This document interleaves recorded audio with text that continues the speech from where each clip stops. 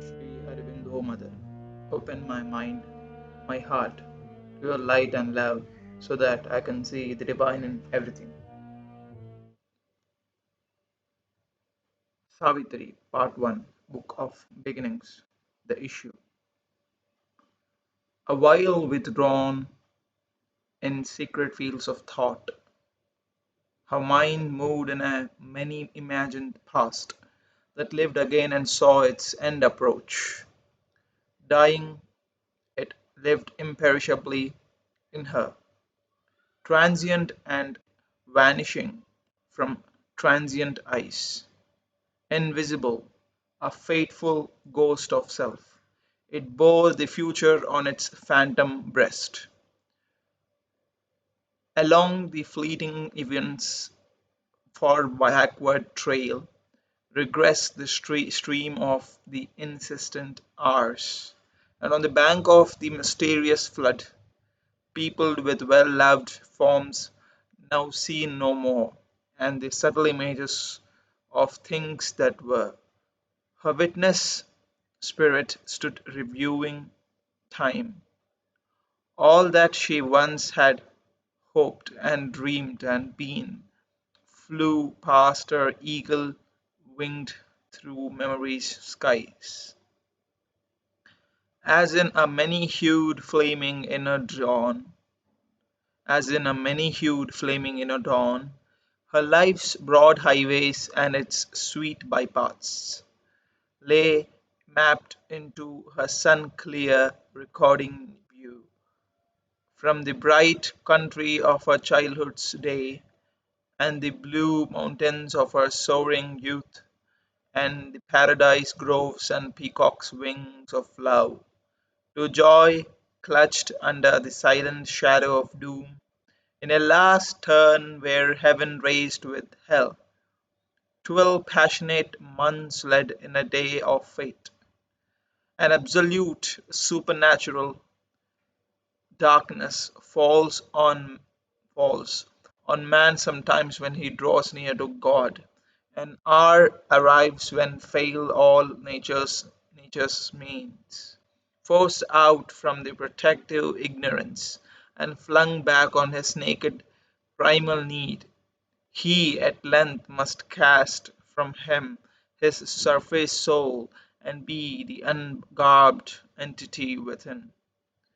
That hour had fallen now on Savitri, a point she had reached where life must be in vain, or, in her unborn element awake, her will must cancel her body's destiny.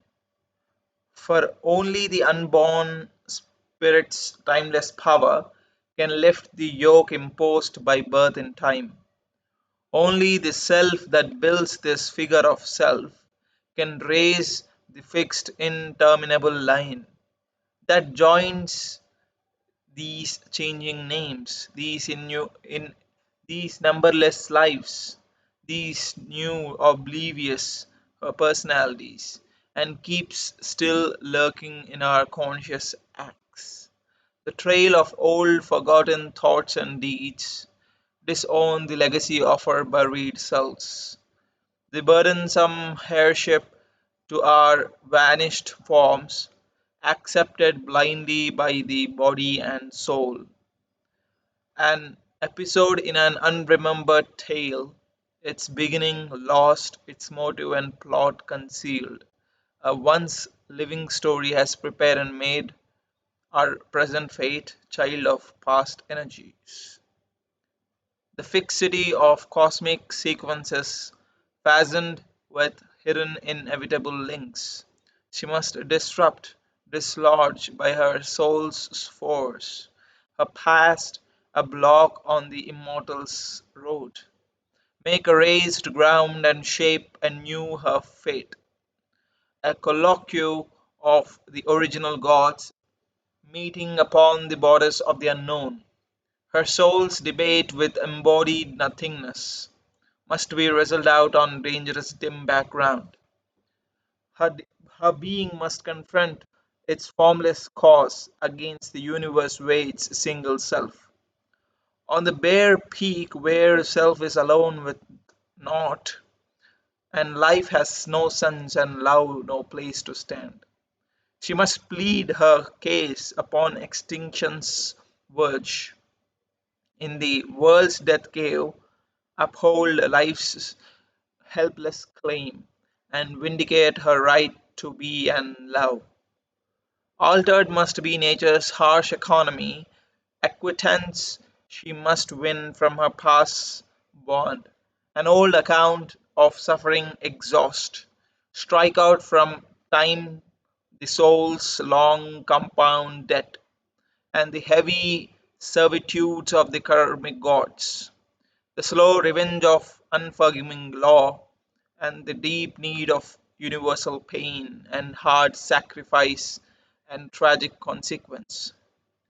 Out of a timeless barrier she must break, penetrate with her thinking depths the void's monstrous hush, look into the lonely eyes of immortal death, and with her nude spirit measure the infinite's night.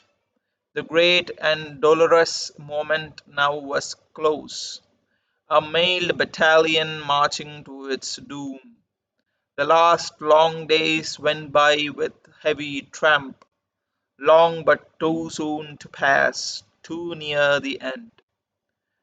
Alone amid the many faces loud, aware among unknowing happy hearts, her armored spirit kept watch upon the hours, listening for a foreseen tremendous step in the closed beauty of the inhuman wilds. A combatant in silent dreadful lists, the world unknowing for the world she stood. No helper had she save the strength within. There was no witness of terrestrial eyes.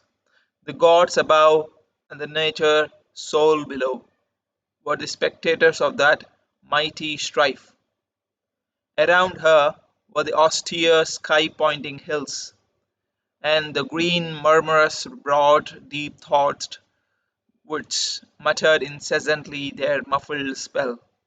A dense, magnificent, coloured self wrapped life, draped in the leaves' vivid emerald monotone, and set with checkered sunbeams and blithe flowers, imbued her destinies secluded.